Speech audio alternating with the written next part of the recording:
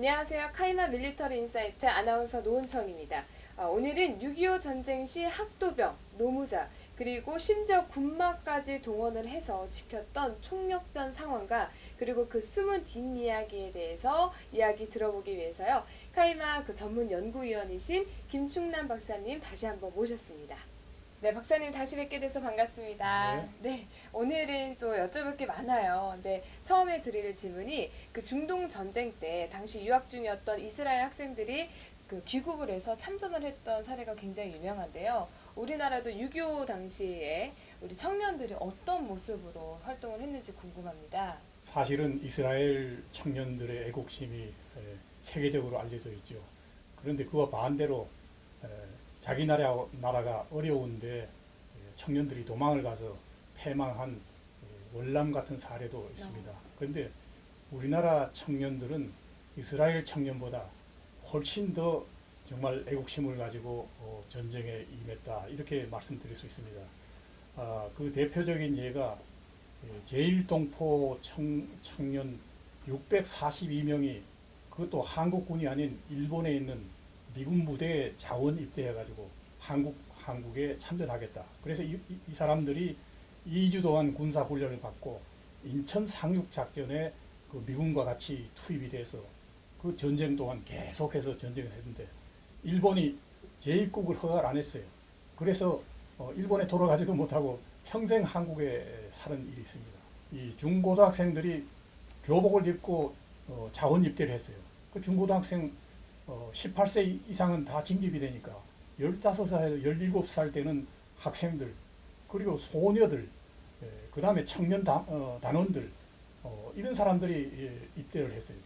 그리고 9월 15일에 인천 상륙작전인데 바로 이틀 전인 9월 13일에 그 포항 북방의 그 장사라는 곳에 학도병 부대 772명이 그 가짜 상륙작전을 했어요.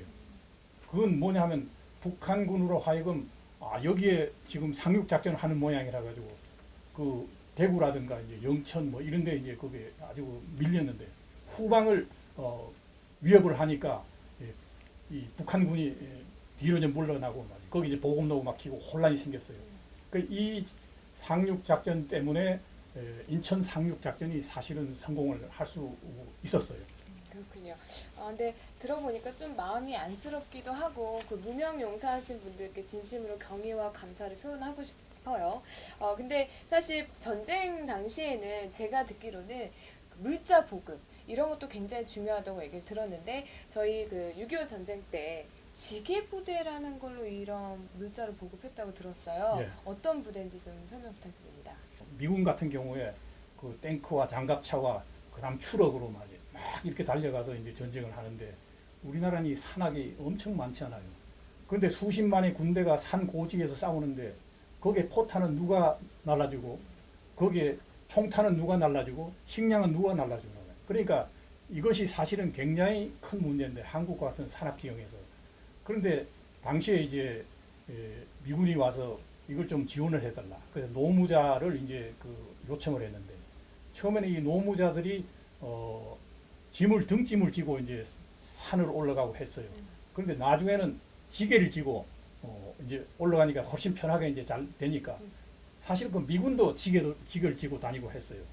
그래서 이 노무자 사단이 5개 사단이 편성이 되는데 그 노무자 사단에는 장교가 한 700명 이상, 그리고 하사관 기관병이 한 1,500명, 그리고 노무자가 2만 명 정도 됐습니다. 그래서 5개 사단이니까 10만 명의 노무자들이 이제 당시에 이 전쟁을 위해서 동원이 됐는데 6.25 전체 30몇만 명의 노무자들이 동원이 됐습니다.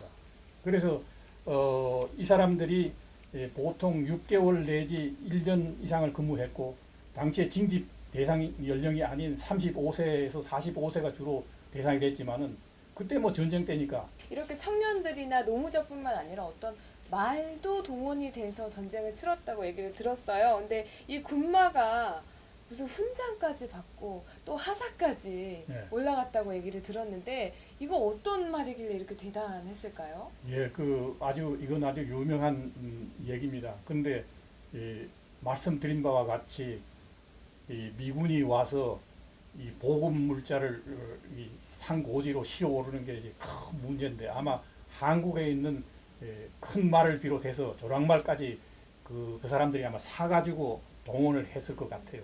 그런데 당시에 서울 경마장에 경주마로 아침해라는 이런 경주마가 있었는데 미 해병 1사단이 이 말을 250달러에 사가지고 이제 미 해병 사단 무반동총이라는 건 아주 그 총이 아니고 상당히 그 큰 규모의 포입니다. 그래서 그 무반동총을 이제 고지로 실어 나르고 특히 53년 3월 달에 미 해병 1사단과 한국 해병 연대가 중공군 2개 사단하고 이제 격전을 벌였는데 이 격전을 벌리는 하루 동안에 5일 동안 전쟁을 했어요. 전쟁을 했는데 하루 동안에 51차례 이 말하자면 짐을 실어 나르고 이렇게 했습니다. 미군 이제 하도 미군이 감사해서 이 말에게 일병을 주고 상병이 되고 병장이 되고 그리고 이제 이 사단의 해병 사단의 마스코트가 됐어요. 상징 이제 마스코트가 됐는데 그래가지고 미 해병 1사단이 이 샌디에고 부근에 이제 사령부와 본부가 있는데 여기에 이제 이 말이 가 있었는데 59년에 이 말을 갖다가 하사로 승리했습니다. 그래서 보면은 말 뒤에 이제 그 안장 같은 게 거기다가 하사 계급장을 다 갖다 붙이고 말이죠. 이렇게 했는데 68년에 이 말이 죽었어요. 죽었는데 이 해병 사단에서 아주 엄숙한 장례를 치러줬습니다. 그리고 이 사단 사령부 광장에 이 레클레스의 동상이 이렇게 서 있습니다. 포탄을 이렇게 등에 짊어지고 있는 그 장면이 이제 동상으로 서 있는데 더 놀라운 것은 1997년 미국의 라이프 잡지에서 미국의 100대 영웅을 선정을 했어요. 그 이제 조지 워싱턴, 에브라함 링컨, 그 다음에 윌리엄 제퍼슨 이래가지고 미국의 유명한 대통령, 뭐 장군 이래가지고 99명을 했는데 그 중에 이 레클레스 말이 100대 영웅 중에 들어가 있습니다. 그래서 제가 놀라운 것은 우리도 전쟁에 잘 싸웠으니까 우리도 100대 영웅을 우리가 좀 만들어 냈으면 좋겠다 이런 생각이 듭니다. 네, 아침에서 레클레스까지 네. 이 역사를 다 들었는데 굉장한 말이었네요. 네. 잘 들었습니다. 6.25 전쟁에 결코 잊어서는 안 되는 것들 꼭 기억하셨으면 좋겠고요. 잊지 못할 이런 이야기들 오늘 다시 한번 나와주셔서 고맙습니다. 감사합니다. 감사합니다.